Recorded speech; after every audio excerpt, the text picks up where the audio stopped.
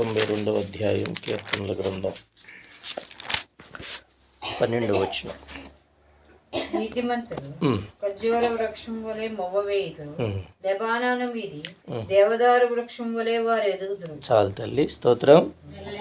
నీతిమంతులు ఖర్జూర వృక్షము వలె మొవ్వు వేయుదురు. ఈ యొక్క వచ్చిన భాగాన్ని మనం చూస్తూ ఉన్నప్పుడు ఈ 92వ కీర్తనలో చాలా ఆశీర్వాదకరమైన మాటలు మనము చదువుకుంటూ ఈ మాటల వలన నిత్యము దీవించబడడానికి ప్రభువు మాట్లాడేవారై ఉన్నారు. స్తోత్రం. ఈ దేవుడు ఎవరు అంటే మాట్లాడే దేవుడు. ఏమిటి యేసు ప్రభువు? మాట్లాడే దేవుడు. ఆయన మాటలు సమయోచితమైనవి, సందర్భోచితమైనవి. ఆయన మాటలు ఆత్మలో పరిపుష్టిని కలుగు చేసేవి. మనం మొదట ఏంటి అని అంటే ఆయన మార్గాన్ని గుర్తించాలి, ఆ మార్గంలో నడవడంలో ఆనందించాలి. స్తోత్ర. దేవుని మార్గాన్ని మొదట గుర్తించి ఆ మార్గంలో నడవడంలో ఆనందించినప్పుడు సర్వశుభములు సర్వ దీవెనలు అనుగ్రహించబడతాయి దేవునికి. ఇప్పుడు ఒక మంచి దైవ సేవకుని దగ్గర వాక్యం వింటున్నాం అనుకోండి. బంటుమిల్లి వినయ్ కుమార్ గారు అని ఒక ఆయన మనకి ఇక్కడ నింగిడిపల్లి వచ్చినారు. మీరు రాకపోయినా కనీసం దూర శ్రవణ యంత్రం ద్వారానైనా మాటలు వింటాం కదండి. స్తోత్రం. అయితే ఆ బంటుమిల్లి వినయ్ కుమార్ గారు కొన్ని మాటలు చెప్తూ ఉంటారు. ఆయన మంచి ప్రసంగికుడమ్మ, చాలా చాలా మంచి ప్రసంగికుడు. చాలా స్పీడ్గా ఉంటుంది ఆయన వాక్యం, ఖచ్చితమైన ఉపదేశం. అయితే ఆయన ఏమని చెప్పేవారంటే, నేను వాక్యం నేర్చుకునే ముందు వాక్యాన్ని నేను బోధించే సేవకుల దగ్గర పరిచర్య చేసేవాడిని అని బోధిస్తూ వస్తారు. వాక్యాన్ని నేర్చుకోవడానికి ముందు ఉపదేశం చేసే సేవకుల దగ్గర నేను పరిచారకుడిగా పనిచేశాను. అంటే ఎందుకు పరిచారకుడిగా చేస్తామనంటే అది శిష్యుడి లక్షణం. ఒక ఆయన బాగా వాక్యం చెప్తాడని మనం విని అనేస్తాం, కానీ వాళ్ళు పడిన పాటలు మనకు తెలియదు. అంటే ఏ మార్గంలో వారు నడిచారో మనకి. ఆ అమ్మ పాట బాగా పాడుతుంది, ఆ అమ్మకి పరిశుద్ధాత్మ వస్తుంది, ఆ అమ్మ బాగా దేవుళ్ళు నడుచుకుంటుంది అని వెనకాల చెప్తాం, కానీ ఆ తల్లి నడిచిన మార్గం చూడకపోవడం తప్పమ్మ. స్తోత్రం. అది తెలుసుకుంటే మనం కూడా ఆ మార్గంలో నడుస్తాంగా. మనకెందుకు దేవుని ఆత్మ రాదు? మనం ఎందుకు మన మాట మారదు? మనకి కీర్తన రాదు, పాట రాదు, వాక్యంలో నడవలేకపోతున్నాం, విని చూసి మురిసిపోతున్నాం, కానీ మనం కూడా దిగాలి కదా. స్తోత్రం చెప్పండి. అలాగనమాట. సరే, మంచిది. ఈ యొక్క కీర్తనలో వాక్యం చెప్తుంది, నీతిమంతులు ఖర్జూర వృక్షము వలె మొవ్వు వేస్తారు. ఇది దేవుడిచ్చిన గొప్ప ఆధిక్యత. ఖర్జూర వృక్షానికి పోల్చి పరిశుద్ధాత్ముడు ఈ మాటలు తెలియజేస్తున్నాడు. నీతిమంతులు అనేది అక్కడ ప్రాముఖ్యమైన మాట. ఏంటిదమ్మా? ఇప్పుడు నాకు దేవుడు నీతి ఇవ్వాలని, మీకు నీతి ఇవ్వాలని కోరుకుని తన భక్తి మార్గంలో ఏ స్థితిలో ఉన్నవారినైనా, ఏ స్థాయిలో ఉన్నవారినైనా ప్రభు ఏంటంటే ఆయన నీతిమత్వాన్ని భక్తునికి అనుగ్రహించటానికి ఇష్టపడే దేవుడు. యేసు ప్రభు ముఖకాంతి ఎవరి మీద ప్రకాశిస్తూ వస్తుందో వారికి నీతి కష్టపడకుండా ఉచితంగా వస్తుంది. స్తోత్రం. ఈ నీతి కలగడానికి మన దేశంలో ఎంతోమంది ఎన్నో తపస్సులు చేసేవారు. యేసు ప్రభు తెలవక ముందు అందరూ కూడా కష్టపడిన వాళ్ళేనండి. స్తోత్రం చెప్పండి అమ్మా. యేసు ప్రభు తెలియకపోవడం అందరూ కూడా భక్తి కోసం కానీ నీతి కోసం కానీ ఎవరి స్థాయిలో వారు ఖచ్చితంగా కష్టపడ్డారు, విజయాలు కూడా సాధించారు. స్తోత్రం. విజయాలు కూడా సాధించారు. అయితే కానీ యేసు ప్రభు నీతిని చూసిన తరువాత ఆ నీతిలో నుంచి ప్రక్కకు తొలగిపోకూడదు అన్న ఆ గొప్ప ఉద్దేశం భక్తునికి ఎందుకు కలుగుతుంది అని అంటే, యేసు కంటే గొప్పవారు పైన ఆకాశం ఉంది కానీ క్రింద భూమి ఎందు కానీ, భూమి క్రింద జలముల ఎందు కానీ ఎవరు లేరు. స్తోత్రం. అంటే పైన ఆకాశం అందు క్రింద భూమి ఎందు మరి అంత గొప్ప లోతైనటువంటి యేసు ప్రభు యొక్క భక్తి ఏంటి అని అంటే పరిశుద్ధాత్మలో బాప్తిస్మం. పరిశుద్ధాత్మలో బాప్తిస్మం పొందిన వాడికి యేసు యొక్క ప్రేమ లోతు తెలుసు. యేసు ప్రేమ లోతు, యేసు దైవత్వం యొక్క లోతు తెలియడానికి అతడు పరిశుద్ధాత్మలో, ఇక్కడ పరిశుద్ధాత్మలో బాప్తిస్మం అని అంటే ఆత్మతో నింపబడడం మాత్రమే కాదు, ఒక మనిషి తనను తాను పూర్తిగా దేవునికి సమర్పించుకోవడం. స్తోత్రం. ఒక మనిషి, ఒక ఆయన రాజు అనుకోండి, రాజుగారి పిల్లల్ని ఏమంటారు? రాజు కొడుకులు అంటారు.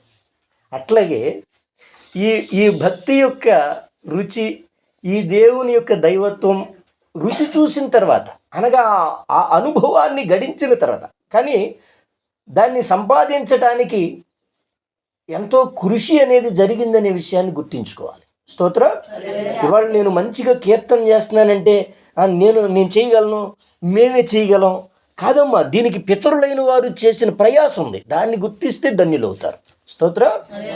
దానికి పితరులైన వారు చేసిన ప్రయాసం ఉంది. యాకోబు సంతానాన్ని ఇశ్రాయేలీలు అంటాం. యాకోబు పేరు ఇశ్రాయేలు, ఇశ్రాయేలు సంతానాన్ని ఇశ్రాయేలీలు అంటాం. ఇశ్రాయేలుకు 12 మంది కుమారులు, ఇశ్రాయేలుకు 12 కుమారులు. ఈ 12 ఇశ్రాయేలీలుగా దేవుడు దీవించిన తర్వాత వీరందరికీ కూడా ఎక్కడి నుంచి దీవెన వచ్చింది, ఎక్కడి నుంచి ఆశీర్వాదం వచ్చింది అని అంటే, కేవలం అబ్రహామునందు దేవుడు సంకల్పించి అబ్రహాము యొక్కయు, ఇస్సాకు యొక్కయు, యాకోబు యొక్కయు భక్తిని బట్టి దేవుడు వారికి దేవుడునని అనిపించుకోవడానికి ఇష్టపడి, నేను అబ్రహాము దేవుణ్ణి, ఇస్సాకు దేవుణ్ణి, యాకోబు దేవుణ్ణి అని చెప్పించుకునేటంతగా మానవుడితో దేవుడు నడిచాడు. దేవునికి స్తోత్రం.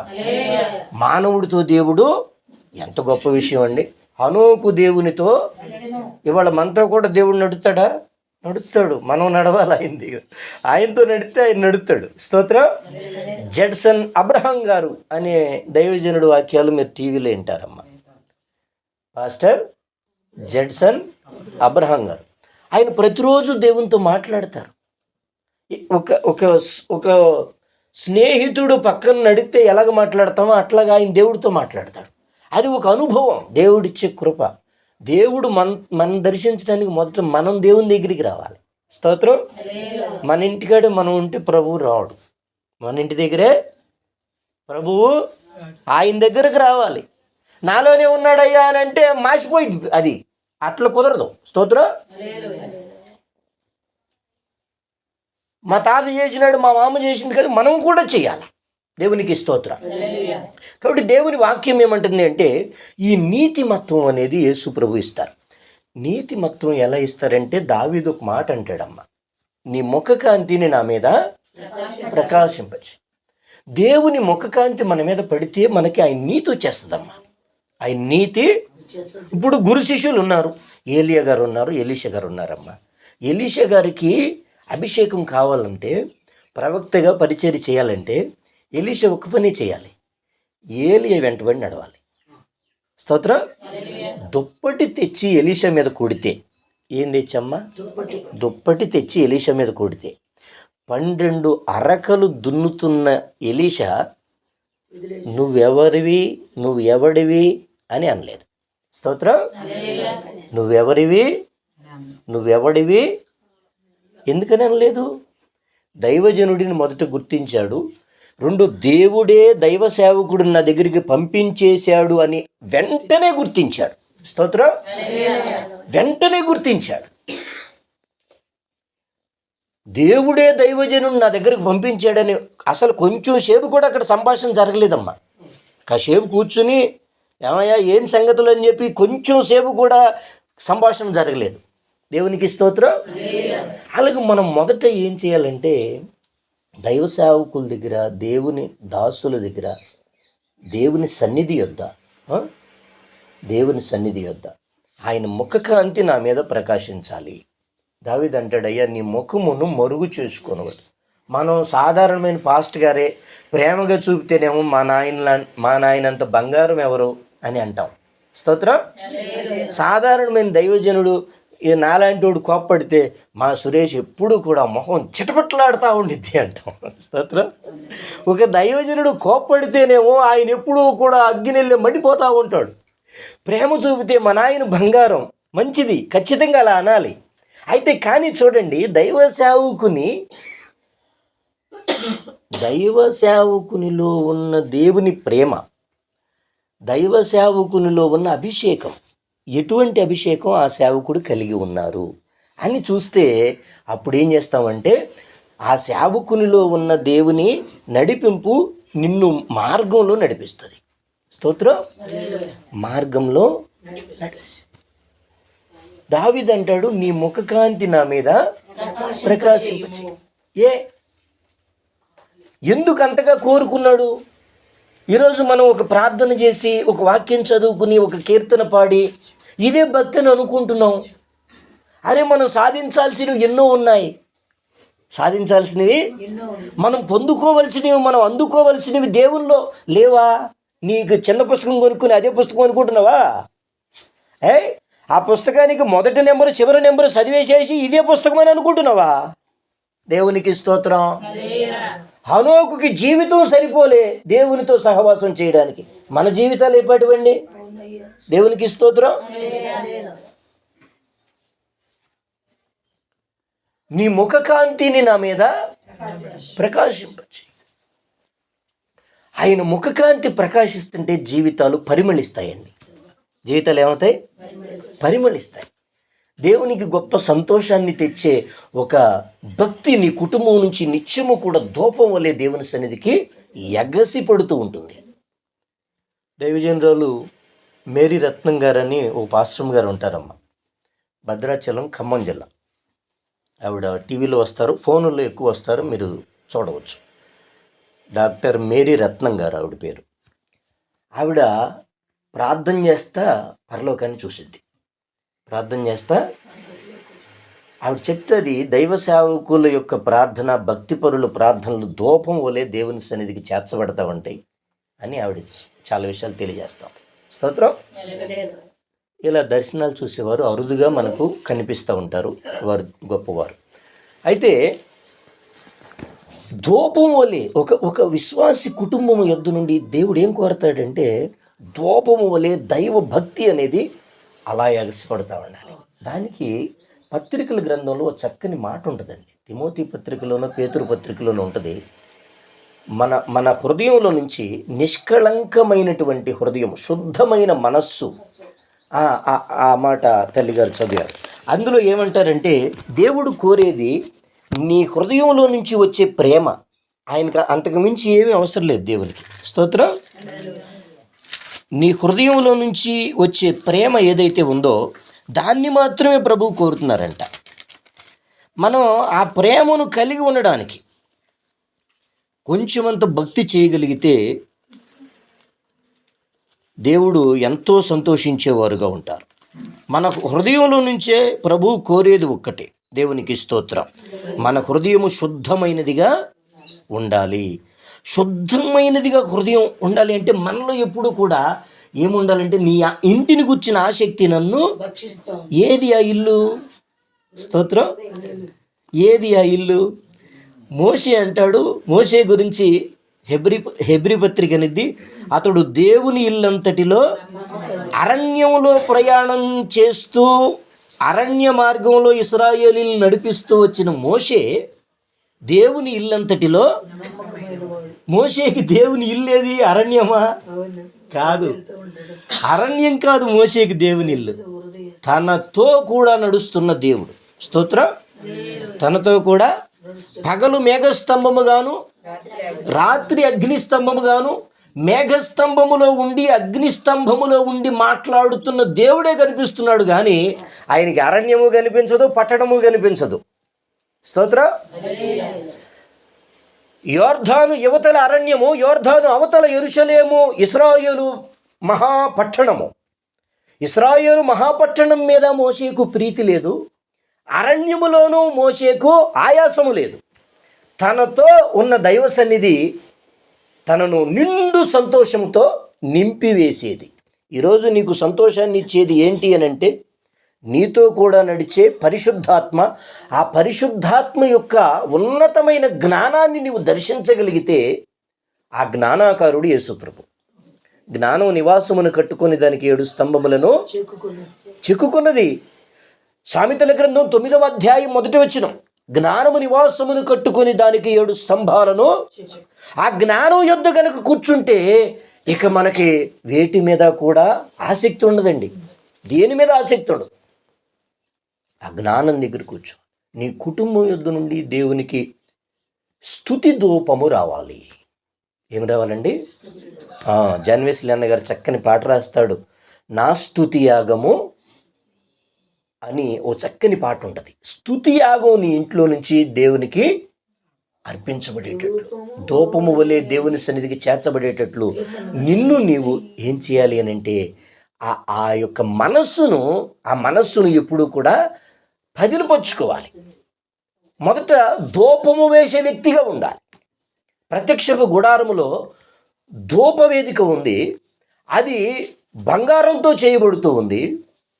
అది తుమ్మకర్రతో చేయబడుతూ ఉంది. తుమ్మకర్ర, బంగారము, బెసలేలు అనేటటువంటి ప్రజ్ఞావంతుడైనటువంటి పరిశుద్ధాత్మ అభిషక్తుడైనటువంటి సేవకుని చేత తయారు చేయబడుతున్న ధూపవేదిక బంగారము వలె ప్రకాశిస్తూ ఉంది. స్తోత్రం.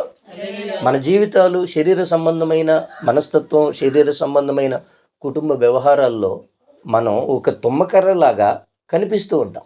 మనకి మనం అలా కనిపిస్తాం, సమాజానికి అలా కనిపిస్తాం. మానవులుగా మనం తుమ్మకర్రలం.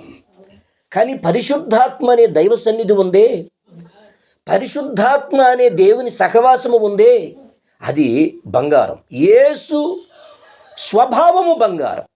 యేసు ప్రభు స్వభావాన్ని ధరించుకుని ఆ మార్గంలో నడుస్తూ ఉంటే మనలో శరీరము కనిపించదు. స్తోత్రం. శరీరం యేసు ప్రభు పూర్తిగా కప్పబడాలి. యేసు ప్రభు పూర్తిగా కప్పబడాలంటే సన్నిధిలో ప్రతిష్ఠించుకోవాలండి.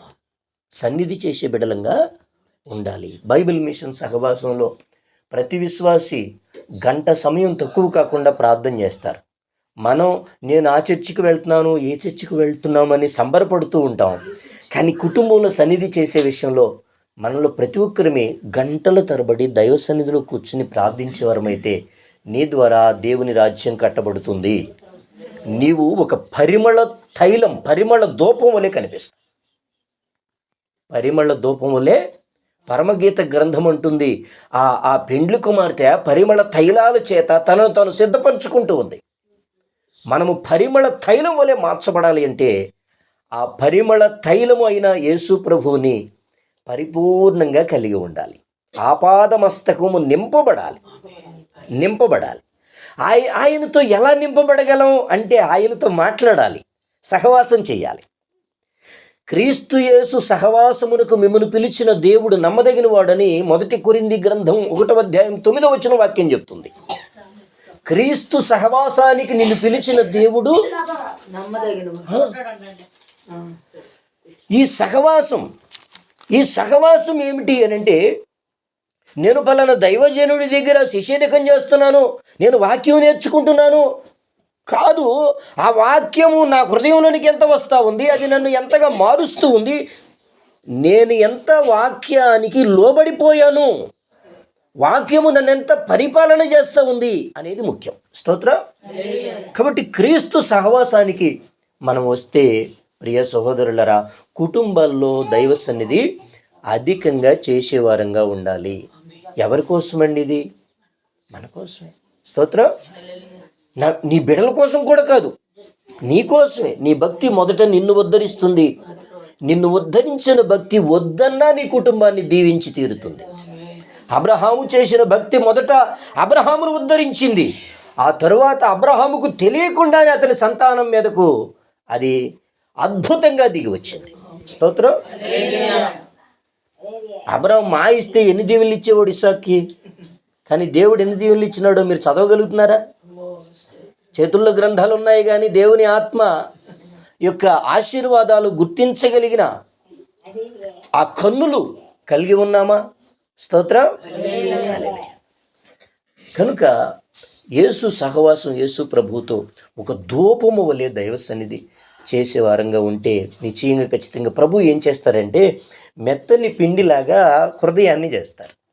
మనసు యేసు ప్రభుకి మెత్తని పిండి కావాలి. అంటే బరక పిండి అనేది మనిషిలో ఉంటుంది. బరకతనం అంటే ఏంటి? ఇప్పుడు నేనున్నాను, బాగా వాక్యం చెప్పి బాగా ప్రార్థన చేస్తూ ఉంటే కూడా నాలో ఉన్న బరక మెత్తని పిండి తెలియజేస్తుంది. బరక మెత్తని పిండి దగ్గరికి వెళ్తే ఇది బరకో మెత్తని పిండో తెలుస్తుంది. అలాగే దేవుని సన్నిధి భక్తుల్ని ఏం చేస్తుంది అని అంటే యాకోబు ఇశ్రాయేలుగా మారాలి. యాకోబు ఏమవ్వాలి? బరకతనం పోవాలి. ఏంటి బరకతనం? మనలో మనల్ని ఎవరన్నా నువ్వు మంచోడుగా తప్పుటోడు అంటే కోపం వచ్చేది, కానీ రావాల్సింది కోపం కాదు. అయ్యా నా తప్పు ఏంటో నాకు తెలియచేయి. దావీదు అంటాడు, నీకు ఆయాసకరమైంది నా యందు ఏమైనా, 139వ కీర్తన చివరి వచనమమ్మ, నీకు ఆయాసకరమైనది నా యందు ఏమైనా ఉన్నదేమో చూడు, నీతి మార్గములో నన్ను నడిపించు. ఈ ప్రార్థన మనం చేయగలిగితేనే నిజమైన విశ్వాసులమండి. స్తోత్రం.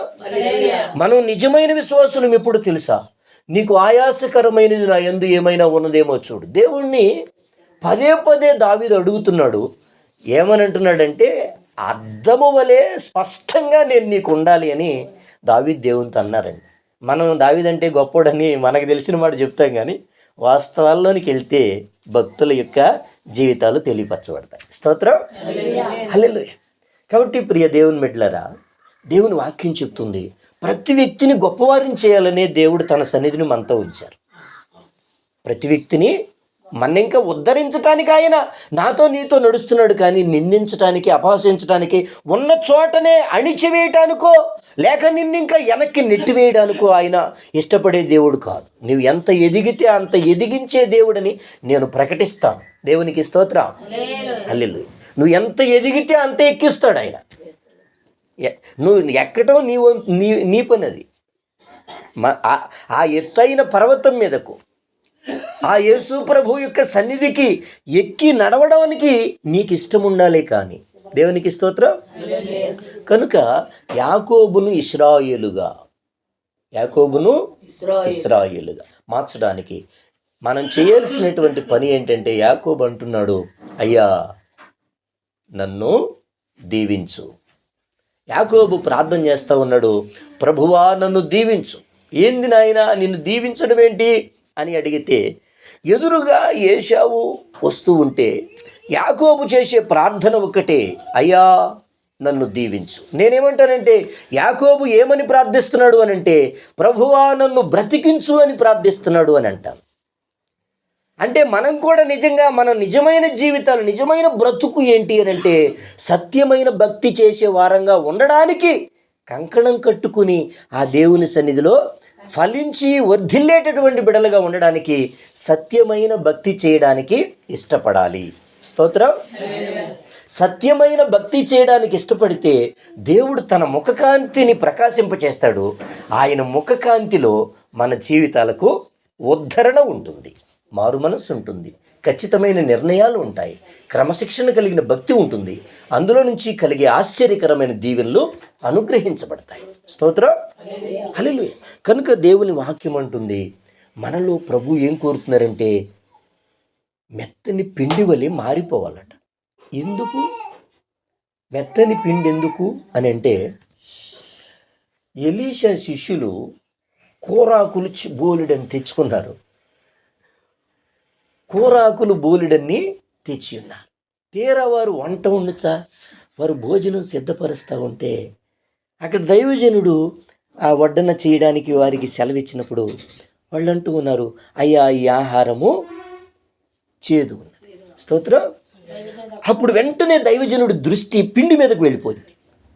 దైవజనుడు ఏమంటాడు అని అంటే, కుండలో విషం ఉన్నది అని ఎప్పుడైతే వారు తెలియచేస్తారో వెంటనే దైవజనుడు అంటాడు, పిండి కొంచెము తీసుకుని రండి. అంటే ఇక్కడ ఈ మాటకు అర్థం ఏంటి అని అంటే, మనందరి జీవితాల్లో కూడా ఆ చేదైనటువంటి కూర లాంటి పరిస్థితులు ఉంటాయి, ప్రతి ఒక్కరిలో ఉంటాయి.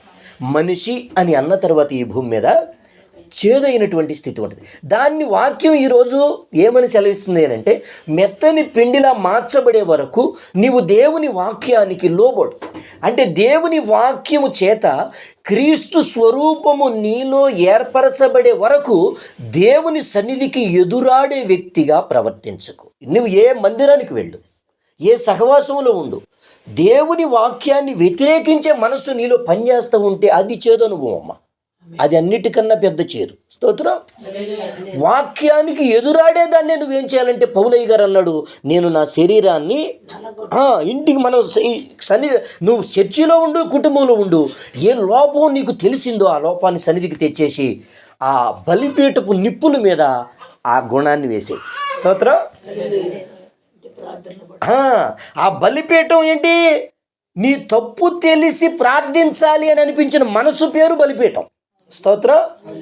మన తప్పులు మనకు తెలిసి నేను క్రీస్తులో వీటి మీద జయం పొందాలి అని కోరి ప్రార్థించటానికి ఉపక్రమించిన ఆ మనస్సు ఉందే, ఆ ప్రార్థించే మనస్సే బలిపీఠం. ఆ బలిపీఠం ఎప్పుడూ కూడా బలిపీఠం మీద అగ్ని నిత్యము ప్రార్థన అనే బలిపీఠం, ప్రేమ అనే బలిపీఠం. ఏం బలిపీఠం? ప్రేమ, ప్రార్థన అనే బలిపీఠం మీద ఎప్పుడూ కూడా స్తుతి ధూపం వేస్తూ ఉండాలి. కనుక ఈ విధంగా మన లోపాలను కాల్చివేసేది ఏంటి అని అంటే ప్రార్థన.